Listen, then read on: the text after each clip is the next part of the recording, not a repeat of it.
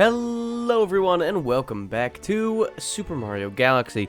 In the last episode we collected the last of the 120th star, of the stars, and yeah, I mean that was basically it. What are we doing today, you might be asking? Well, there's a few things I'd like to talk about as well as, finish the game.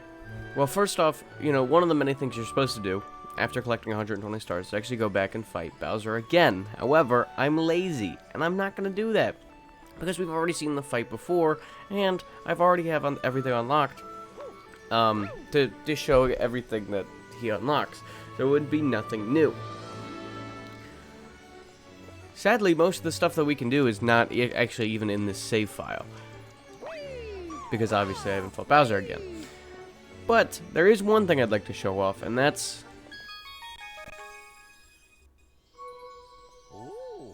the library.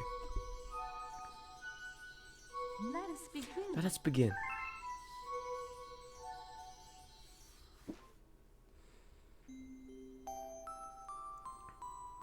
Chapter 1, The Celestial Duo. This is basically a little lore section in the game that you unlock through, playing more of the game and unlocking more stars. You get more chapters of this. I've never actually read through the entire thing myself, and I'm pretty sure we won't be doing that today. However, if you're really interested in how Rosalina became Rosalina and how Lumas became, started to love her and everything like that, I'm sure that this is where you find that. It's a fun little lore section. I'll read the first chapter. Our story begins a very, very long time ago with a young girl. One day, this girl spotted a rusted spaceship holding a small star child. "What's your name? Are you lost?" the girl asked the star child. "I'm Luma, and I'm waiting for Mama. She's coming for me on a comet," said the star child, who had been waiting day and night. "Don't worry, I'll wait with you," the little girl promised Luma. At nightfall, the little girl borrowed her father's telescope and peered into the sky. She looked and looked, but she never saw anything. Hours turned into days and then years, but still the sky revealed nothing. Finally, the little girl sighed and said to Luma, "If we stay here looking much longer, I'll be an old lady soon." But then she had an idea. "Why don't we go out there and find your mother ourselves?" The girl and Luma fixed up the rusty spaceship, and then the two set sail into the starry sky. And this is how the search for the Celestial Mother began. Chapter 2. Wait, do I have to go through the entire thing? Guess we're reading it. I guess we're reading it. Days passed with no sight of the comet or even a single planet. Instead, asteroids extended for as far as the eye could see. "If I had known it was going to take this long, I would have packed more jam," said the little girl, above the rumble of her belly. Before they left, she had packed all the essentials: telescope, butterfly net, stuffed bunny, bread, milk, jam, and an apricot flavored tea, but I forgot to bring water. At this, Luma burst into gales of laughter, and the girl began to pout. "As long as I have starbits, I'll be fine," said Luma. "Want some?" The little girl couldn't stay mad after hearing this. Luma continued to laugh, and the girl couldn't help but join in. "Alright, maybe just a nibble." Leaning far out of the spaceship, the pair began to collect starbits with the girl's net. They almost fell out of a few times, but they kept on collecting. The starbits tasted like honey. Chapter 3, The Comet. A beam of light pierced through the ship's window. Thinking it was the morning sun, the girl peered through the window, only to find a turquoise blue comet shimmering at her. The little girl shook the sleeping Luma awake and shouted excitedly, "We have to find the comet!" We'll get to that. Comet, let's find it. I'm sorry. The pair descended on the comet and found that it was made of ice. They looked high and low, but Luma's mother was nowhere to be found. Exhausted, the little girl sat down with a flop, utterly unable to take another step. Look! Peered down at the icy ground where Luma was pointing. The girl suddenly noticed clusters of starbits encased in the ice. Pretty good, huh? Finding starbits is my specialty, said Luma, beaming. There's ice here, but it's so warm. I'll bet there's water here, too. The two decided to stay on the comet for a while.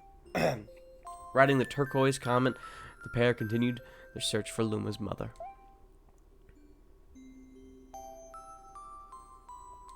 Chapter 4. The Dream. One night, the girl dreamed about her own mother. Where are you going? She asked. Her mother's retreating back. Without turning, her mother replied, Don't fret, dearest. I'm not going anywhere. I'm always watching over you, like the sun in the day and the moon in the night. A wave of sadness washed over the girl. What about when it rains and I can't see the sun or moon? Her mother thought for a moment before responding. I'll turn to a star in the clouds and wait for your tears to dry. When she awoke, the girl's face was damped with tears. You have starbits in your eyes, said Luma to the girl. Wiping her face, the girl replied, These are tears, not starbits. I'm crying because I'll never see my mother ever again. At this, Luma began to cry too. Mama, oh mama. Whoa. Pretty sure that's what crying sounds like. The pair traveled through the starry skies and though they encountered many other comets, not one of them held Luma's mother. Luma was despondent, one of those words. Devastated. Well, will be the word I will use. Now, Luma. The rain clouds won't go away if you keep crying, the girl said, giving Luma a squeeze. I'll give you a present if you stop. The girl closed her eyes and said gently, I'll take care of you. With these words, she felt a small spark in her heart. Chapter 5. Home. The kitchen will be here, and the library will go over here. The girl said busily to herself, We'll put the gate here. Ever since the girl took Luma under her care, she'd been bustling about at a feverish pace. It's a lot of hard work, but it's worth it to make a happy home. Turned out the starbits weren't the only thing buried in the ice. There were tools and furniture unlike any they'd ever seen, and the girls used them to build a home. Looking at the completed house, Luma remarked, Don't you think it's awfully big for just the two of us? With a library, a bedroom, a kitchen, a fountain, and a gate, it was certainly spacious, but still something seemed to be missing. If only my father, brother, and mother were here, the girl said, wistfully. Indeed, the house was too large for its two small residents. That night, clutching her favorite stuffed bunny close to her heart, the girl fell asleep in the starship. Friends.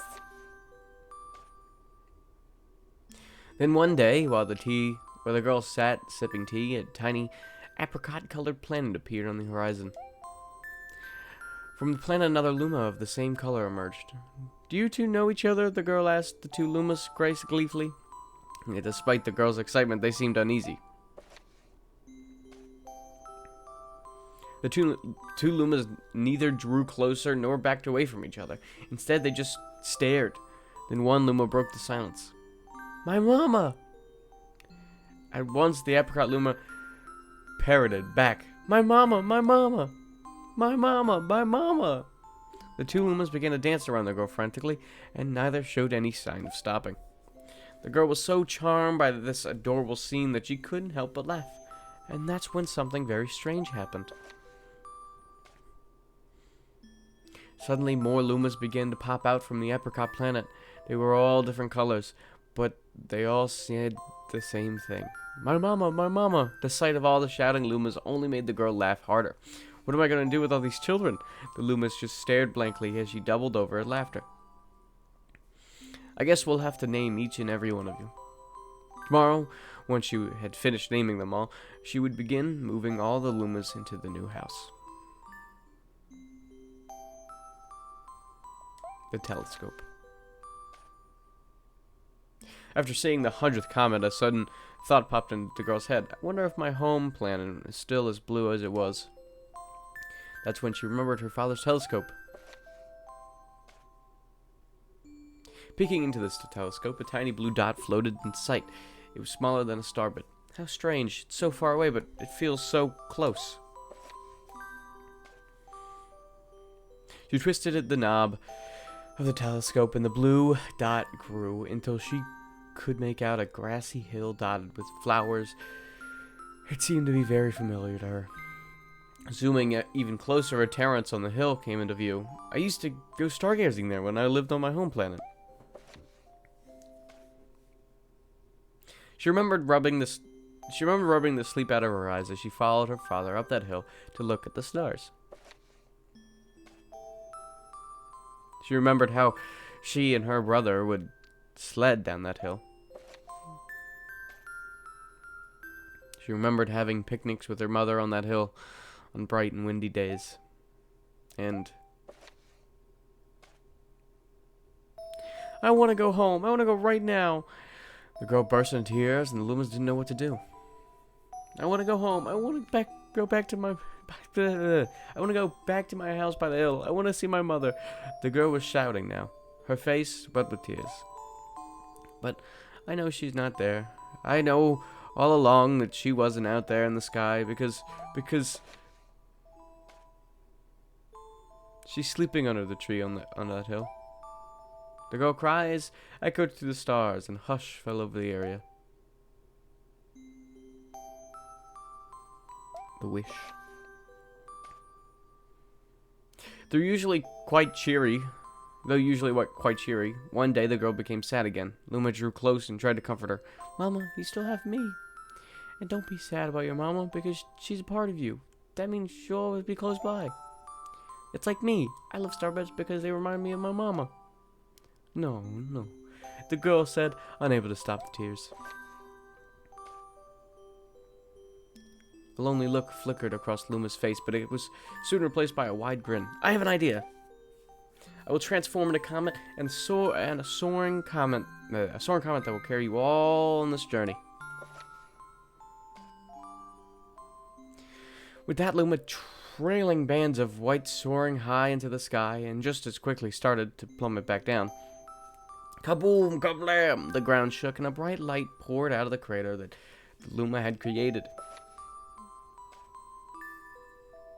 The bands of light twisted together to form a comet trail, and then Luma emerged, reborn as a comet. The girl could scarcely believe her eyes. But how? She kept asking. Our destiny as Lumas is to transform into different things, said a red Luma, who had suddenly appeared. Stars, comets, planets, we can become all of these things.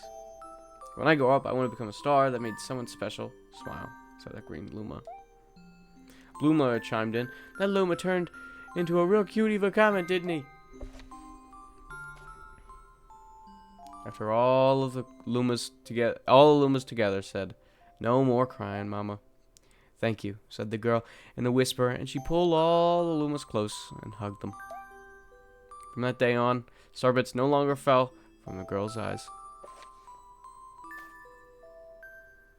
The comet set forth for the girl's home planet, its long trail blazing proudly behind it. Final chapter. With its many Lumas and telescopes, the comet was quite a sight to behold. The girl and the Lumas were proud to call it home. At a welcoming party for a new Luma, the girl gathered everyone in the kitchen and said in a louder voice than usual, All right, everyone, let's make a cake sprinkled with starbits, and then it will be a star cake. The Lumas excitedly began to gather the ingredients.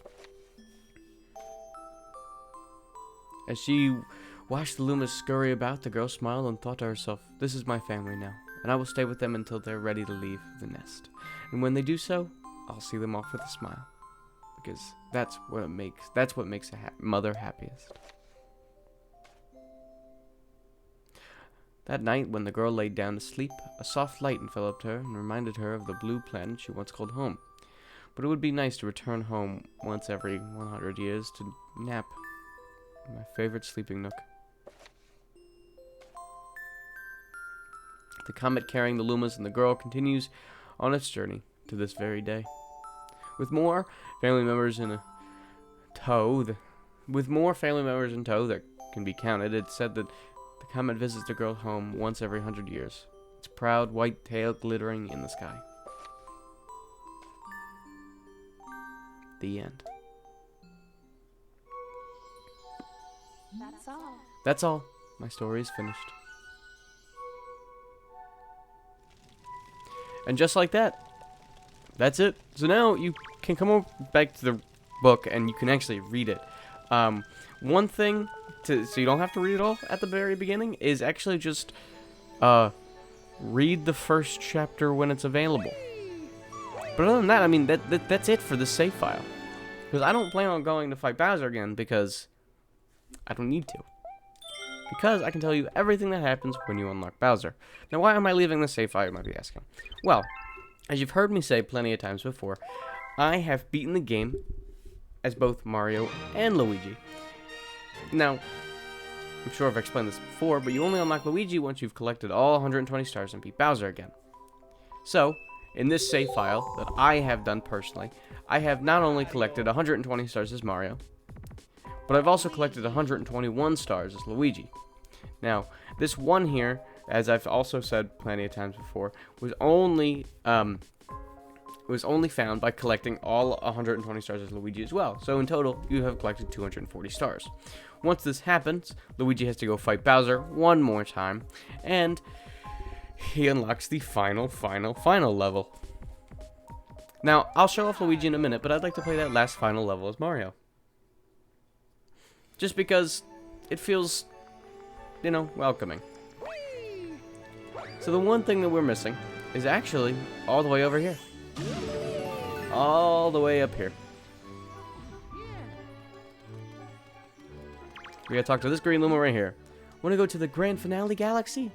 Yes. Okay then.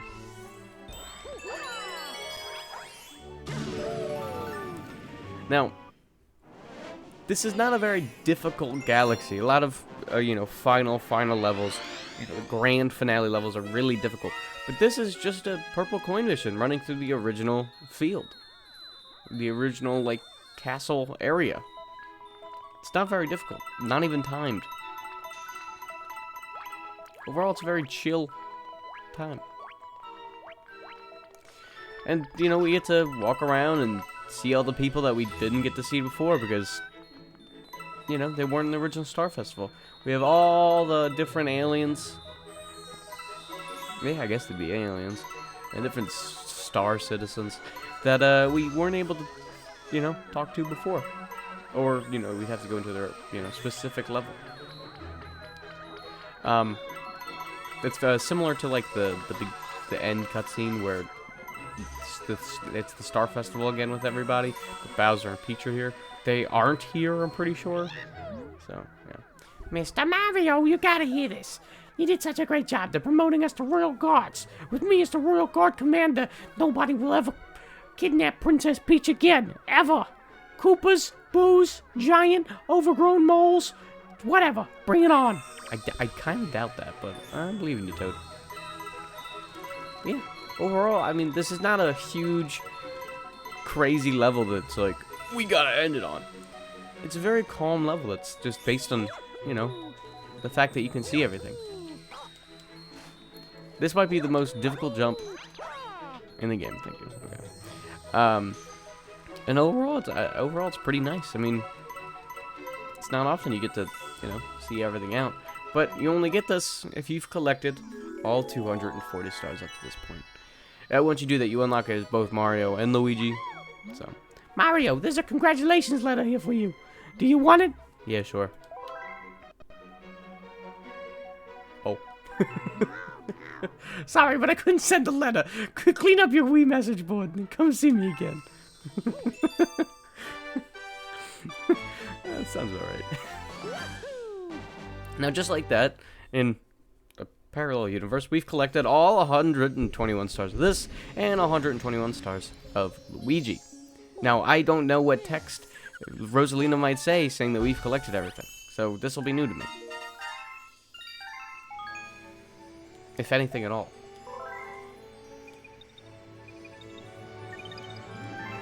Nothing. So, I mean, that was that. Now, obviously I can't leave it there, because there's a whole person we haven't seen yet. Our main man, Luigi. So, Luigi is interesting. Also, once you complete an entire save file by getting all 121 stars in both Mario and Luigi, your planet starts to sparkle.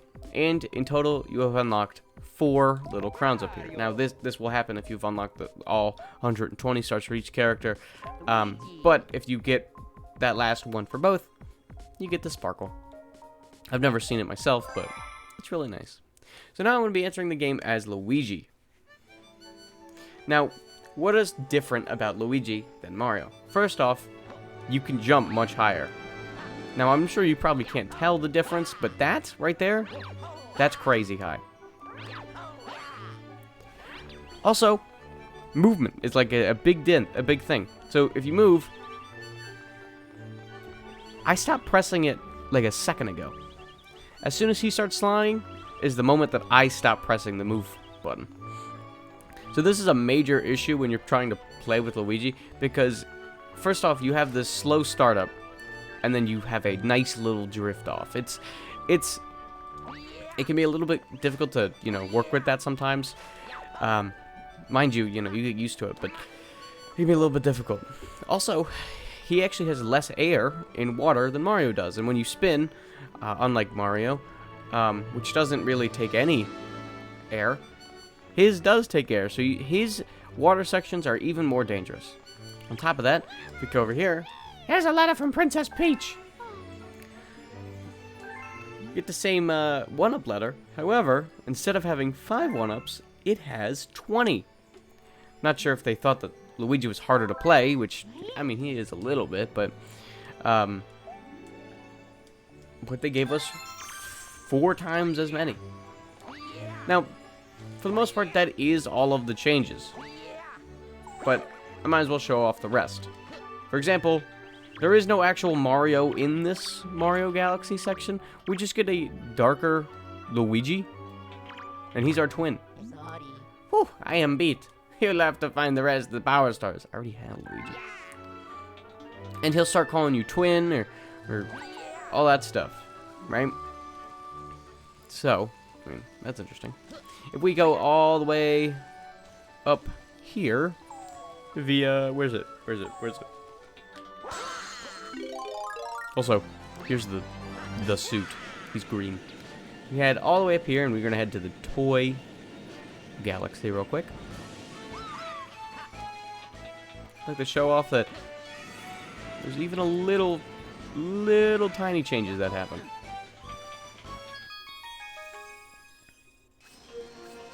For example, Toy Time Galaxy. We fly to the galaxy. Now, there is a specific star that's Mario meets Mario, I believe. Hope I'm not wrong there. Yes. So, instead of Mario meets Mario, it's Luigi meets Mario. And this is the case for every instance where it says Mario. It'll say Luigi instead. Also, when fighting a cosmic race against, Cosmic Mario, it will no longer be Cosmic Mario. I'm pretty sure. It should be Cosmic Luigi now, who is just as fast and just as, jumping, capable as Luigi is. So, yeah, I mean, that's really it. There isn't much else to explore about this game, being that, I've already kind of turned about every stone. There isn't a third character that you can play. There isn't, more stars to collect. We've done literally everything we can. So, hope you guys enjoyed. I'll see you guys next time with more Super Mario Galaxy. Wait, that's not even true. I'll see you guys next time with whatever game I decide to play. And yeah, if you haven't already, check out my my live streams. I'll be live streaming on Twitch. Go check that out. Link in the channel. I don't know. Might as well promote it here. The day after. Hope you guys enjoyed. Don't forget to like it and subscribe to the channel. See you guys next time with more. Whatever the fuck. I love you guys. Peace.